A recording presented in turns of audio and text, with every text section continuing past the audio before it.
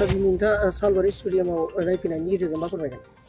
आङो थांनाय सप्ता खनसेसोनि गेजेरनिफ्राय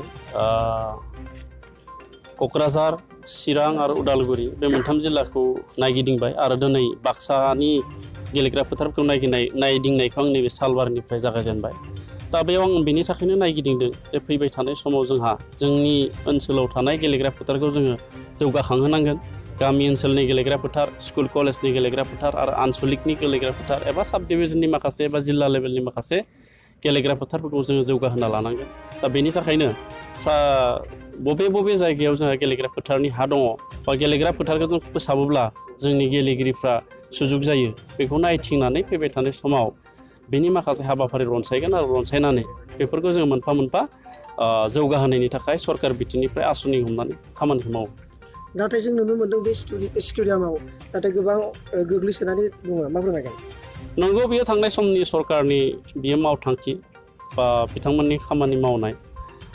नैबे सालबारिनि स्पर्ट्स कमप्लेक्सल' नङा, जों क'क्राझाराव नायदों, चिराङाव काजलगावआव नायदों, उदालगुरियाव नायदों बा बिदिनो गोबां जायगायाव जों नायबाय जे गोबां रांनि आसनिखौ लानानै फैयो, नाथाय राङा जोबनायनि उनावबो खामानिया सम्पुर्ण जाया आरो खामानि जायैनि थाखाय गेलेगिरिफ्रा एबा रायजो राजाफ्रा बेखौ माने नांगौ बायदि खामानियाव बाहायनो हाया। बेसोर साननो गोनां बाथ्रा। आं बेखायनो क'क्राझारनि दतमायाव थानाय काजलगावनि बे काजलगाव स्टेडियाम आरो नैबे जोंहा चिरांनि जि स्पर्ट्स कमप्लेक्स, बे स्पर्ट्स कमप्लेक्सनि जि खामानि मावनाय, बे खामानि मावनायखौ आङो PWDआ जिहेथु नायगासिनो दं होननानै मोनथिबाय। दा PWDखौ लिंहरनानै बेनि नांगौ बायदि राहाखौ आङो लागोन।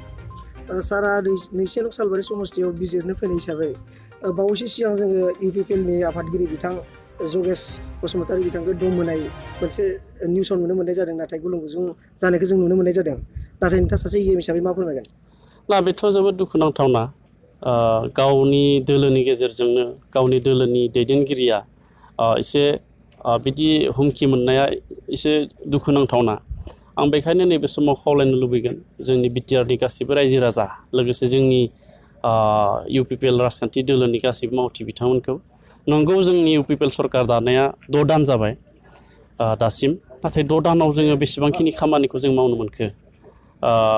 फेब्रुवारिनि 26 तारिखनिफ्राय code of conduct up to May 2 तारिखआव काउन्टिं जादों।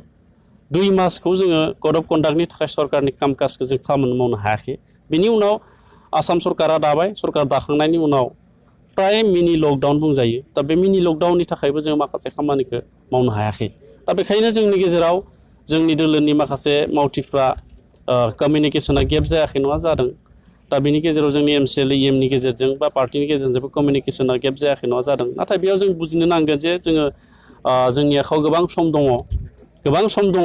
दा जों 6 दानावनो जोङो गावनि गोसोखौ सिफायना लानाय बा बिदि रागा जोंलायनाय बिदि खालामबाय थायोब्ला फैबाय थानाय समाव जोंनि जि BTR सुक्तिनि जि दफाफोर, बे दफाफोरखौ मावफुंनायजों लोगोसे जों सरकार सालायनायाव हेंथा फैगोन होननानै आं सानो। दा बेखायनो आं खावलायगोन जे रावबो जाहाथे बेले बेजे साननायखौ गारनानै जों फैबाय थानाय समाव जोंनि थांनाय समाव जों बिसायख'थिनि समाव जि बाथ्राखौ जों बुंदोंमोन, रायजो राजानो जि कमिटमेन्ट होदोंमोन, बेखौ जोङो फुलफिल खालामनो थाखाय नाजानांगोन आरो गुबैयै जोङो BTR सुक्तिनि जि दफाफोर, बे दफाफोरखौ जोङो आबुं महर होनो